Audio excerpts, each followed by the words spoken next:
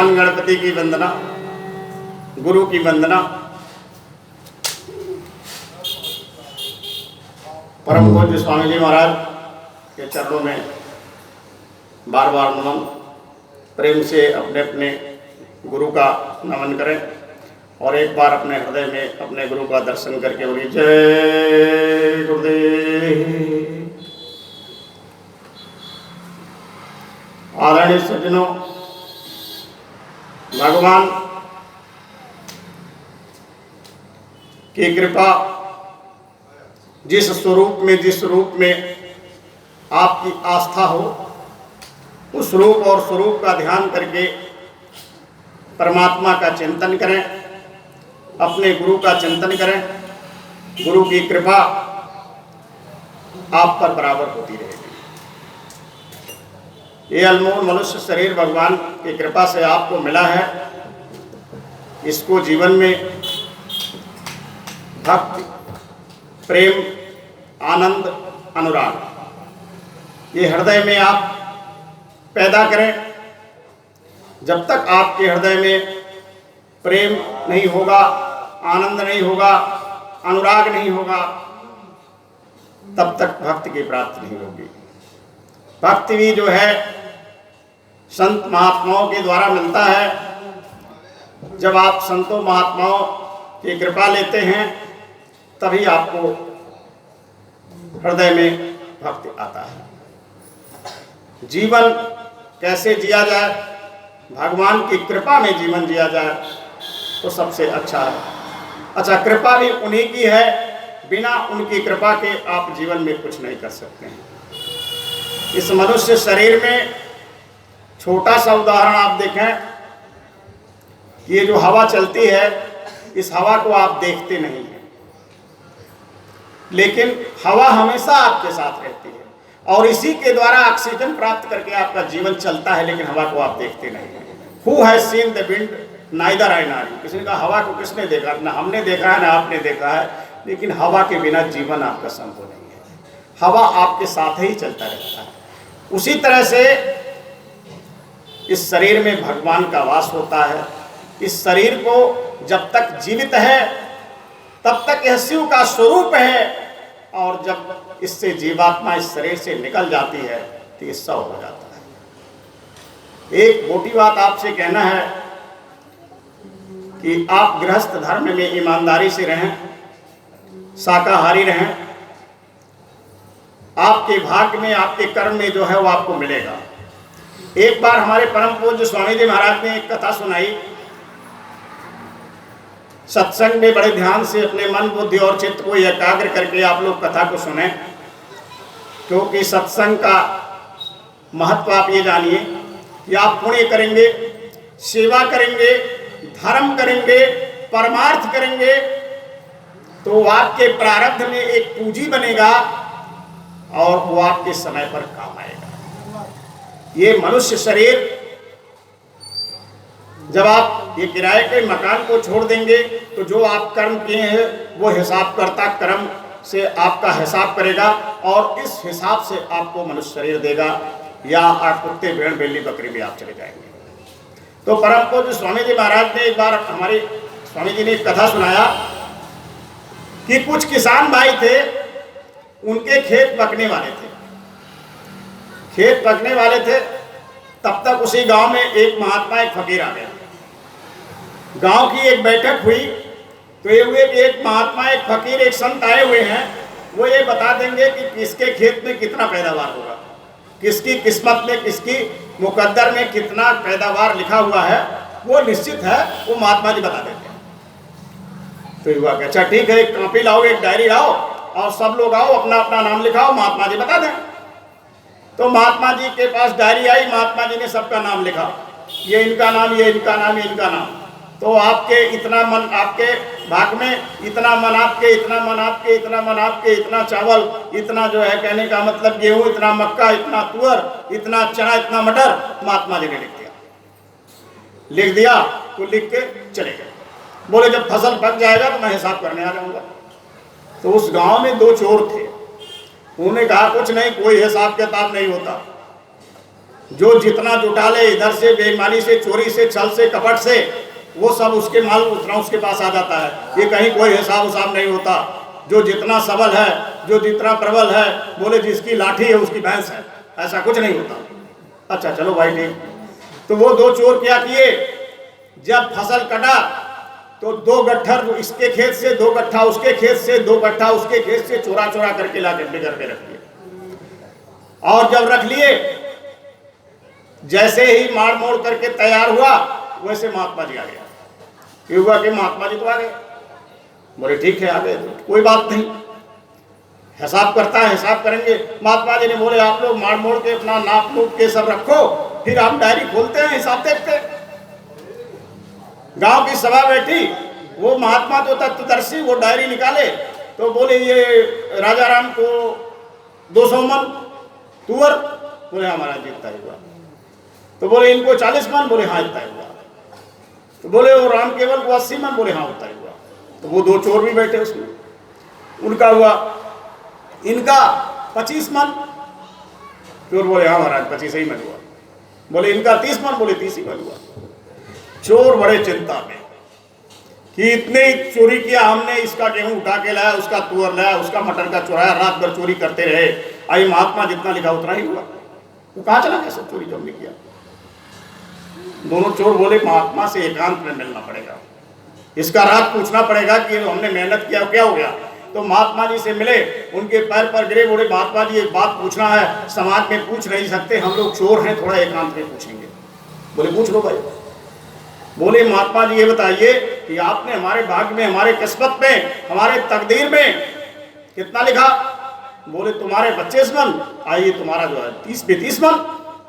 बोले हुआ तो उतना ही, लेकिन महात्मा जी जरा एक बात बताइए कि जो रात भर हमने चोरी किया, ये मेरे कांटे लगे, ये मेरे पैर फटे, ये मेरे हाथ फट गए, ये मैं गिर गया, ये मेरा पैर जो है देखिए इसमें घाव हो गया, ये इसके खेत से 10 गट्ठर, उसके खेत से 10 गट्ठर, रात भर लाता रहा, वो सब कहां चला गया। बोले बच्चा यही तो परमात्मा का हिसाब है।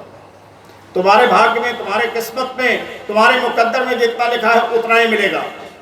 थोड़ा संतोष करोगे तो परमात्मा उतना आपको देगा, जल्दबाजी करोगे तो चोरी चमारी करके जुटाओगे, मिलेगा उतना, लेकिन प्रारब्ध कर्म अलग से तुम्हारे ऊपर चल जाएगा, अलग से चल जाएगा। इसलिए तुम उसके खेत से चुरा के लाते हो, और जो विधाता है, वो जो परमात्मा का हिसाब करता है, वो तुम्हारे यहाँ से बरकत उठा के उसके यहाँ कर देती है। बोले तो हमारे किस्मत में जितना था उतने मिला। बोला उतना मिला, लेकिन उसमें एक और हो गया।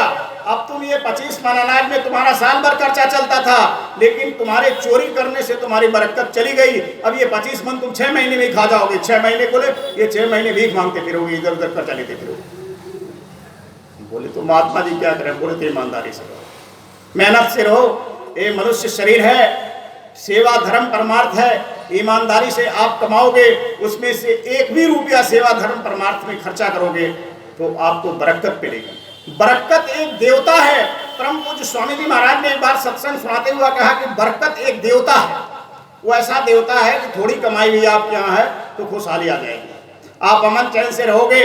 मालों से रोने की आवाज आती है, झोपड़ियों से हंसने की आवाज आती है। तो बोले बरकत एक ऐसा देवता है कि वो ईमानदारी से कमाई जहाँ होती है वहीं पे रहता है। कबीर दास ने लिखा तन मन ऐसा है, चोरी ठगी बेईमानी से जो नर धन को खूब कमाते हैं, अपने लिए नहीं संतानों को गड्ढा खनते हैं। उस धन से उन्हें सुख का कभी नामो निशान नहीं मिलता, उसकी प्रचंड ज्वाला में जलना उन्हें सदा पड़ता है। उसकी इतनी प्रचंड ज्वाला है कि उसकी प्रचंड ज्वाला में सबको जलना पड़ता है। इधर दुख, इधर बीमारी, इधर तकलीफ, इधर ये, इधर हॉस्पिटल में, उधर ये सब का सब चला जाता है। तो मेहनत ईमानदारी से कमाइए। तो उस महात्मा ने, उस संत ने उन चोरों को एक कथा सुनाई। बोले तुम एक कथा सुन लो, मैं तुम्हें बताता हूं। एक मौलवी साहब नमाज अदा करने जा रहे थे घोड़े पर बैठ के। तो घोड़े पे बैठकर नमाज अदा करने जा रहे थे। तो आप देखते हैं मुसलमान धर्म में नियम है कि अगर मस्जिद दिख गई और नमाज का टाइम हो गया तो घोड़े से उतर जाते हैं, वाहन खड़ा कर देते हैं, और मस्जिद दिख गई तो ठीक है, और नहीं तो वहीं नमाज अदा कर लेते हैं।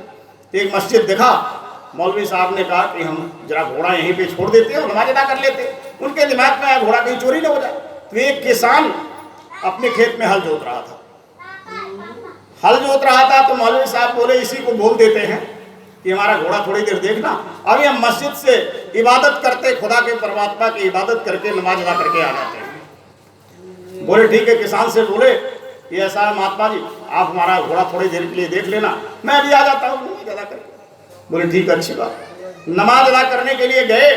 मौलवी साहब जब नमाज अदा करने लगे, उनके दिमाग में आया कि हम उस किसान से बेचारे से मुफ्त में काम ले रहे हैं, हमें उसको कुछ दे देना चाहिए। फ्री में वो हमारा घोड़ा देख रहा है तो कुछ तो दे ही देना चाहिए। अच्छा, उन्होंने खिदमत में इबादत किया कि अच्छा ठीक है, या खुदा या अल्लाह, मैं जब यहां से जाऊंगा तो उस किसान को 2 रुपए दे दूंगा। मैं आपके सामने ये जो है संकल्प लेता हूं कि 2 रुपया उसको मैं दे दूंगा। मुफ्त में काम नहीं लेना चाहिए किसी से। संकल्प किया 2 रुपया दे दूंगा। उधर से चले, थोड़ी आने में देरी हुई। किसान सोचा कि हमें मौलवी साहब के कोई नौकर थोड़ा नहीं का घोड़ा देख रहे हैं, अब हमारा घर जाने का टाइम हो गया, खाने का टाइम हो गया।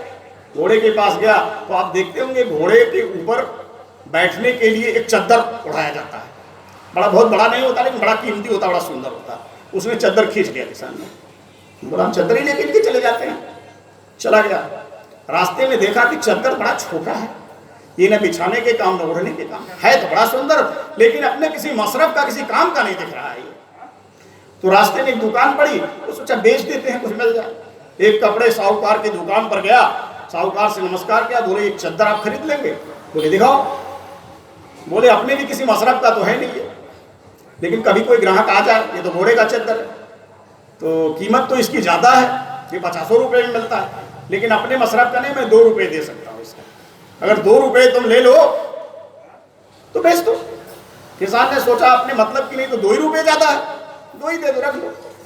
2 रुपए में वो व्यापारी वो बनिया खरीद लिया उससे। इधर किसान घर पहुंचा 2 रुपए लेके, बड़ा खुश था कि आप 2 रुपए की इनकम हो गई।